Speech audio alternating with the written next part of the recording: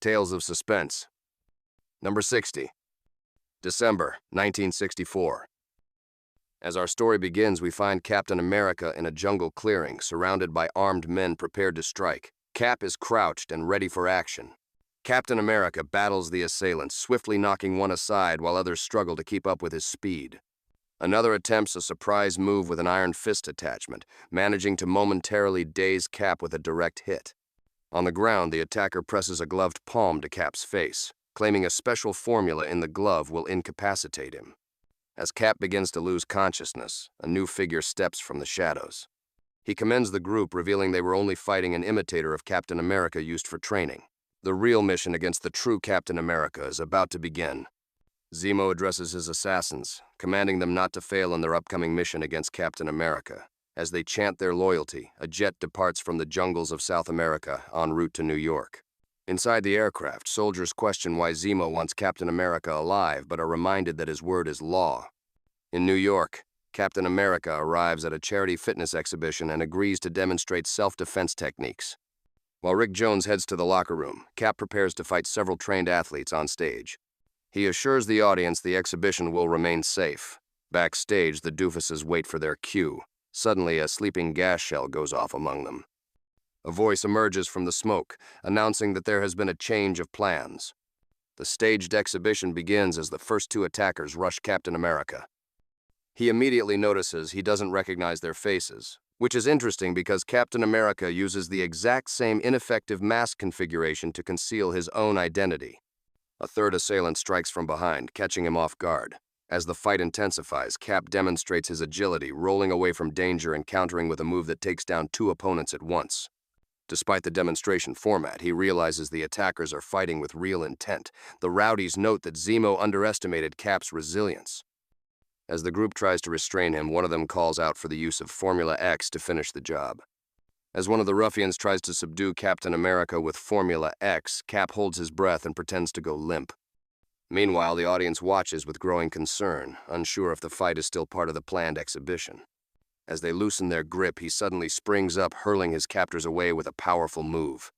Regaining control, Cap realizes the attackers aren't the athletes expected and notes one of them carries a gun. As more assailants rush in, Cap prepares for their approach, suspicious of a hidden weapon.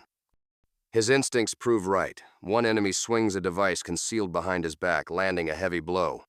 An attacker demands that Captain America surrender and drop his shield before it's destroyed. Cap refuses and blocks the attack, noting that his shield is more durable than they expected.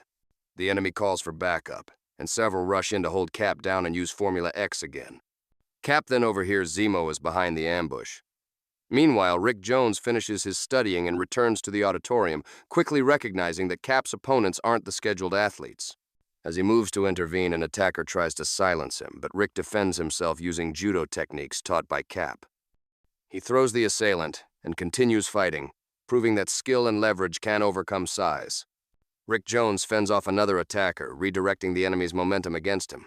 When another charges in with a weapon, Rick disarms him and throws him aside. Hearing more enemies approach, Rick decides it's smarter to flee. As he runs, the assassins chase him through the hallway, fearing he'll bring the police. One insists they let him go, confident they'll soon capture Cap and escape with him to Zemo. But a voice interrupts. Captain America has broken free. He appears suddenly, shield in hand, and answers the question of who spoke. The assassins are stunned that he escaped. Cap prepares to demonstrate exactly how, telling them to watch as he launches his shield, striking down multiple foes in one swift move. Captain America explains the dual offensive and defensive power of his shield, then demonstrates its capabilities in action. He reveals that Iron Man equipped it with sensitive transistors, allowing Cap to control the shield electronically using muscle signals. As he fights, he shows how the shield can leap from his arm by changing polarity and can be thrown with the precision of a curveball, striking enemies with unerring accuracy. The attackers are stunned, comparing its motion to something alive. As the shield arcs through the air, one of Zemo's men activates a hidden weapon, a sub-miniature missile. With the shield still mid-flight, they believe Cap is vulnerable and decide to use the missile, despite orders to bring him back alive unless absolutely necessary. Captain America swiftly recalls his shield magnetically, just in time to block the miniature missile. With the weapon neutralized, he launches into a full assault. Declaring the lesson over, he delivers a rapid sequence of strikes that incapacitates the attackers, scattering them across the floor. Moments later, police arrive with Rick Jones, surprised to find Cap standing victorious, incredulous that Cap could deliver an ass-beating to the entire mob alone without even breathing hard. Rick explains he called for help, but Cap assures him he's not upset. Cap confirms he handled it solo and directs the police to more subdued assailants further inside. Deep in the Amazon jungle, Zemo eagerly watches American television broadcasts, expecting news of Captain America's defeat. Instead, he's shocked by a live transmission from Cap himself, revealing Zemo's army has been captured and confessed. Cap calls Zemo a coward and challenges him to a personal fight, declaring he cannot hide forever. Enraged, Zemo smashes his equipment. Back in the U.S., Cap thanks the police chief for arranging the broadcast, hoping it reached Zemo. Rick Jones notes it may provoke Zemo into becoming more dangerous, but Cap wants that. He hopes Zemo's anger will force him into the open, where Cap will be ready and waiting.